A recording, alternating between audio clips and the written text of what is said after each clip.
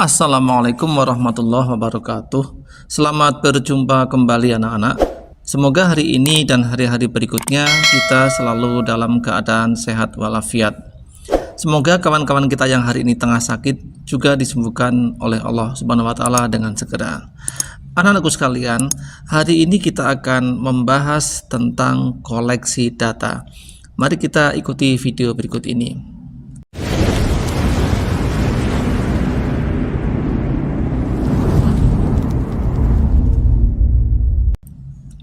Web scraping. Ayo kerjakan sebuah proyek ini. Web scraping. Aktivitas proyek web scraping. Aktivitas ini dilakukan untuk mengenal proses analisis data, khususnya dalam hal mengoleksi data dari situs web yang dikenal dengan istilah web scraping. Gambar ini menunjukkan beberapa langkah yang bisa diikuti untuk melakukan scraping dalam bahasa Python menggunakan editor online Google Colab. Setelah editor siap digunakan, scraping bisa dimulai dengan proses parsing. Parsing adalah mengambil kode program dari sebuah halaman website secara utuh yang masih dalam bentuk kode HTML. Selanjutnya, kode HTML tersebut diproses setiap elemennya untuk mendapatkan data yang penting yang akan dirangkum. Hasilnya berupa kumpulan data yang diperlukan saja, yang diambil dari data mentah HTML yang utuh sebelumnya. Hasil keluaran sebelumnya masih berupa daftar atau array text data pekerjaan yang mungkin masih sulit dibaca. Data tersebut perlu ditampilkan secara lebih tertata sehingga mudah dibaca. Proses membingkai data atau framing ini bisa dilakukan dengan mudah jika data sudah diperoleh. Salah satu tampilan yang memudahkan pembacaan daftar teks tersebut ialah dalam bentuk tabel. Dengan demikian, kita peroleh hasil dari proses scraping ini dalam bentuk tabel data. Dan kita lihat flowchartnya adalah yang pertama kita mulai, kemudian kita parsing halaman web dan nanti akan mendapatkan data mentah HTML. Kemudian selanjutnya proses HTML, yaitu data dalam array text. Kemudian framing, data ditampilkan dalam bentuk tabel, dan selesai. Mari kita ikuti pembuatan proyek scraping tersebut dengan mengikuti langkah-langkah berikut.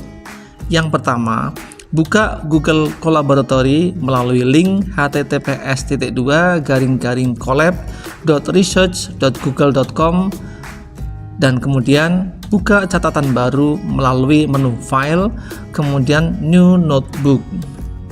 Parsing salah satu alamat website lowongan pekerjaan. Gambar berikut menunjukkan kode untuk melakukan parsing alamat website lowongan pekerjaan yang digunakan sebelumnya. Ketik beberapa baris kode program berikut ini di layar Google Colab kalian. Jika dijalankan, kode tersebut akan menyalin kode program yang ada di alamat website yang di-request seperti dicontohkan pada gambar ini. Yang ketiga, olah kode HTML tersebut hingga kalian bisa mengambil data posisi pekerjaannya, instansi yang memberikan pekerjaan, serta gaji yang ditawarkan seperti diperlihatkan pada gambar berikut.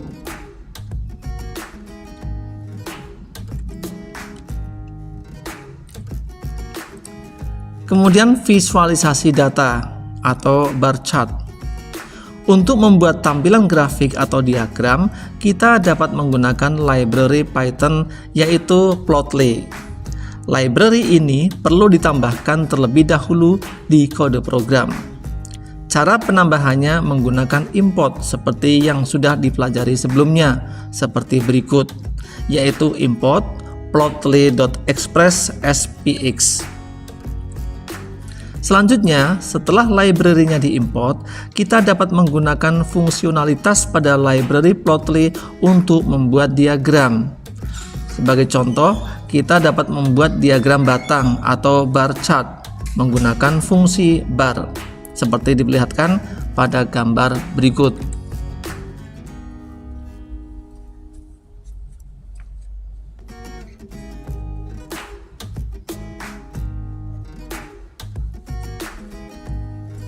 Dari kode program tersebut, kita akan menghasilkan sebuah diagram batang seperti yang dicontohkan pada gambar berikut.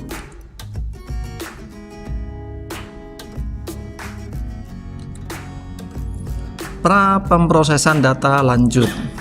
Jika diperhatikan pada gambar berikut, beberapa lowongan pekerjaan terlihat menumpuk. Beberapa posisi lowongan pada saat instansi menjadi satu batang saja. Hal ini menyebabkan nominal gaji yang ditunjukkan menjadi tidak valid. Ini terjadi karena kita mengelompokkan lowongan berdasarkan instansinya. Bagaimana jika dikelompokkan berdasarkan posisinya? Tentunya hal ini bukan menjadi solusi karena bisa jadi terdapat beberapa lowongan dengan posisi yang sama dan akan tertumbuk juga. Jadi bagaimana solusinya? Solusinya ialah mengelompokkan lowongan pekerjaan berdasarkan gabungan posisi dan instansi penyedia lowongan. Oleh karena itu, kita perlu mengubah kembali kodenya sehingga posisi dan instansi tidak berada dalam variabel yang berbeda, tetapi disatukan dalam satu variabel. Dalam hal ini variabel posisi saja, seperti diperlihatkan pada gambar berikut. Baris 18 hingga 28 yang menggantikan kode program sebelumnya. Selanjutnya, bingkai data tersebut ditampilkan cukup untuk dua item saja, yaitu posisi dan gaji. Terakhir, untuk menampilkan diagram batangnya, item yang digunakan diganti dari instansi menjadi posisi seperti pada baris ke-45 gambar berikut, yaitu menggantikan baris 46. Dengan demikian, setiap lowongan akan diperlihatkan secara terpisah seperti pada gambar berikut.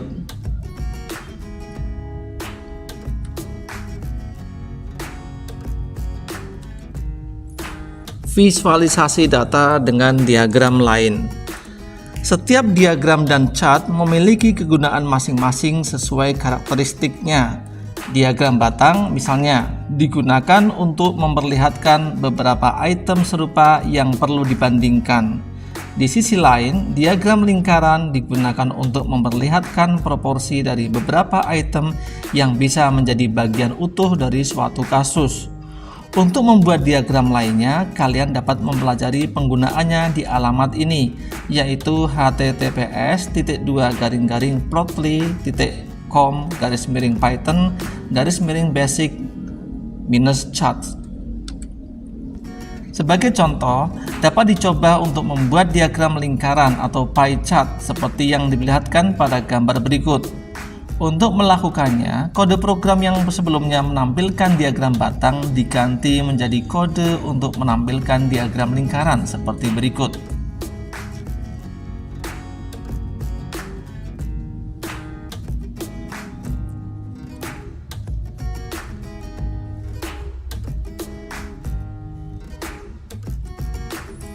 Latihan 11. Untuk membuat diagram scatter, diagram titik dari data lowongan pekerjaan ini, bagaimana kodenya? Sebagai catatan, sebenarnya diagram lingkaran dan diagram scatter kurang tepat jika digunakan dalam kasus ini. Namun demikian, kita dapat menggunakannya sebagai contoh untuk dipelajari pembuatannya karena datanya sudah tersedia. Dapatkah kalian mencari contoh kasus lain yang dapat divisualisasikan menggunakan kedua diagram tersebut? Ayo kita renungkan. Pada unit pembelajaran ini, kalian telah mempelajari tentang bagaimana mengimplementasikan sebuah web scraper dengan menggunakan library dari bahasa Python.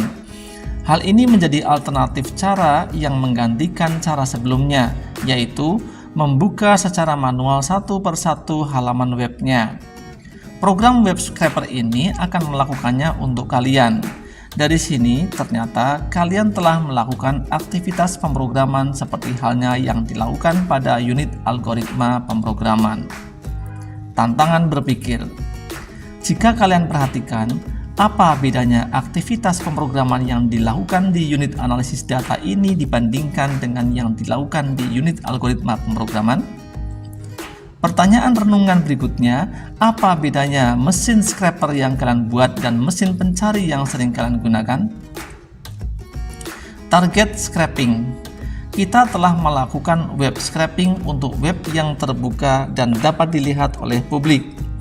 Jadi, program scraper seperti halnya seseorang yang secara manual melakukannya akan dapat membuka suatu halaman web karena informasi yang ditampilkan pada halaman web tersebut ialah informasi publik. Bagaimana dengan website yang tidak publik? Misalnya, kita hanya dapat menampilkan email setelah melakukan login. Informasi email kita bukan merupakan informasi publik, melainkan informasi private atau privat. Saat kita menampilkan halaman kita di sosial media, hanya kita dan teman-teman kita yang dapat melihat. Halaman di sosial media ini tidak publik dan juga tidak privat, tetapi terbatas kepada sekumpulan tertentu. Apakah kita bisa membuat scraper untuk informasi yang tidak publik? Bolehkah kita mengambil data yang privat seperti itu? Diskusikan dengan teman-teman. Tentang perkakas, kalian telah memanfaatkan library Python untuk melakukan scraping. Program scraper yang kalian tulis hanya untuk membungkus library tersebut agar dapat dijalankan. Menurut kalian, bagaimana program scraper melakukan pengambilan isi halaman web? Library untuk scraping hanya merupakan salah satu library Python untuk analisis data secara keseluruhan. Python tidak hanya menyediakan library untuk scraping, tetapi juga menyediakan banyak library untuk keperluan lainnya. Jika kalian membutuhkan untuk keperluan lain, kalian akan dapat memanfaatkan seperti kalian memanfaatkan library untuk scraping. Eksplorasilah library apa lagi yang dimiliki Python. Sistem visualisasi real-time. Saat kalian melakukan pemesanan ojek online, pelanggan dapat melacak posisi pengendara atau driver sedang di mana saat ini. Pada beberapa tempat, misalnya di bandara, di halte bus, atau di tempat umum, seringkali ada tampilan yang selalu diubah sesuai dengan keadaan saat itu. Pada sistem penerbangan di bandara, misalnya, setiap kali ada pesawat berangkat atau pergi, tampilan akan berubah. Kemudian di bank, tampilan kurs mata uang hari ini juga selalu diperbarui karena kurs tersebut sering berubah. Data kurs ini diambil dari sistem komputer Bank Indonesia atau Bank Sentral. Beberapa data yang sering berubah tersebut menunjukkan bahwa yang ditampilkan ialah data pada waktu saat itu juga, atau yang disebut dengan real time. Untuk kepentingan yang lebih besar, data real time ini divisualisasikan dalam sistem yang disebut dashboard. Jika ingin belajar lebih jauh tentang sistem dashboard, kalian dapat mempelajari website https://gallery.plotly.host/webtrader. Rangkaian program komputer dibutuhkan dari berbagai sumber data. Program komputer tersebut akan berkolaborasi untuk akhirnya menampilkan data yang dilihat pengguna. Bayangkan bahwa setiap mesin atau agen pengolah tersebut adalah sebuah program komputer yang berfungsi sesuai peran masing-masing seperti manusia yang bersinergi di dunia nyata. Namun dalam hal ini, program komputer merupakan program yang aktif bekerja, bukan di dunia fiskal, tetapi di dunia digital. Dapatkah kalian membayangkan hal ini?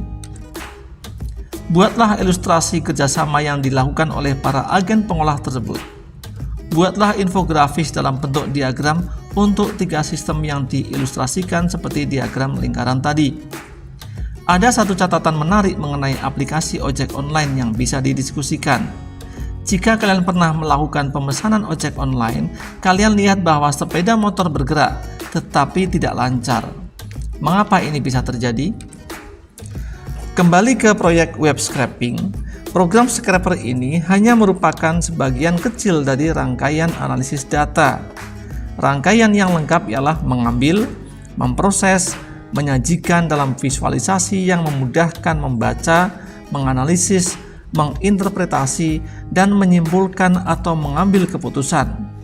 Dari ilustrasi rangkaian proses analisis data tersebut, kita dapat ketahui bahwa pengambilan data dapat dilakukan dengan program, misalnya dengan program yang telah kalian buat. Selanjutnya, Dari rangkaian proses tersebut, menurut kalian, apakah semua dapat diotomasi dengan menuliskan programnya? Proses mana yang dapat digantikan oleh program komputer dan mana yang sulit atau bahkan tidak mungkin dijadikan program komputer?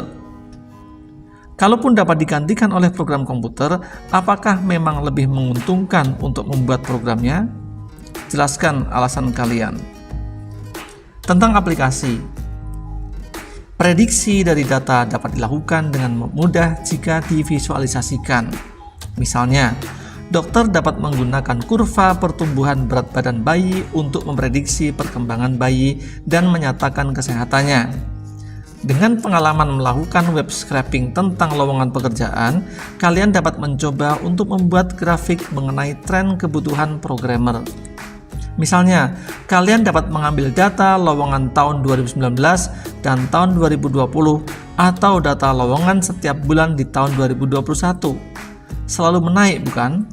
Dari data tersebut, kalian dapat memperkirakan kira-kira berapa lowongan pekerjaan yang ada di bulan depan. Ingin tahu lebih? Jika kalian tertarik dengan materi ini dan ingin mempelajari lebih lanjut, kalian dapat mengakses ke link berikut ini. Yang pertama, Jobs ID 2020, info lowongan kerja terbaru dan populer 2020. Diakses dari http://jobs.id. Yang kedua, Wikipedia 2020, web scraping.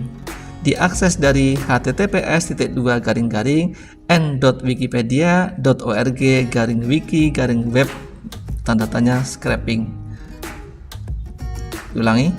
Yang kedua, Wikipedia 2020, web scraping. Diakses dari https://wiki.org/wiki/web.scraping. Yang ketiga, Google Colaboratory 2020, welcome to Colaboratory. Diakses dari https://collab.research.google.com.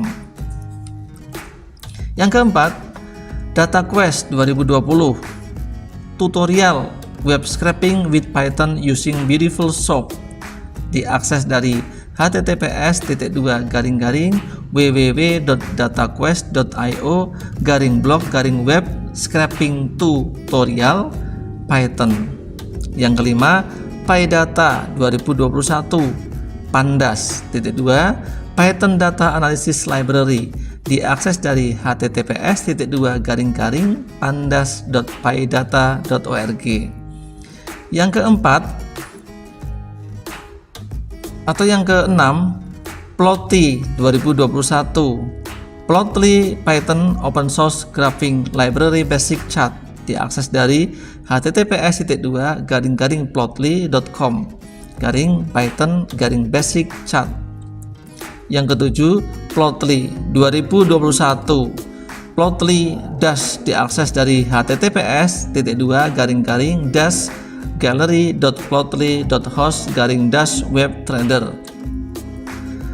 Untuk materi hari ini cukup sampai di sini dulu. Selamat belajar, selamat beraktivitas, semoga sukses.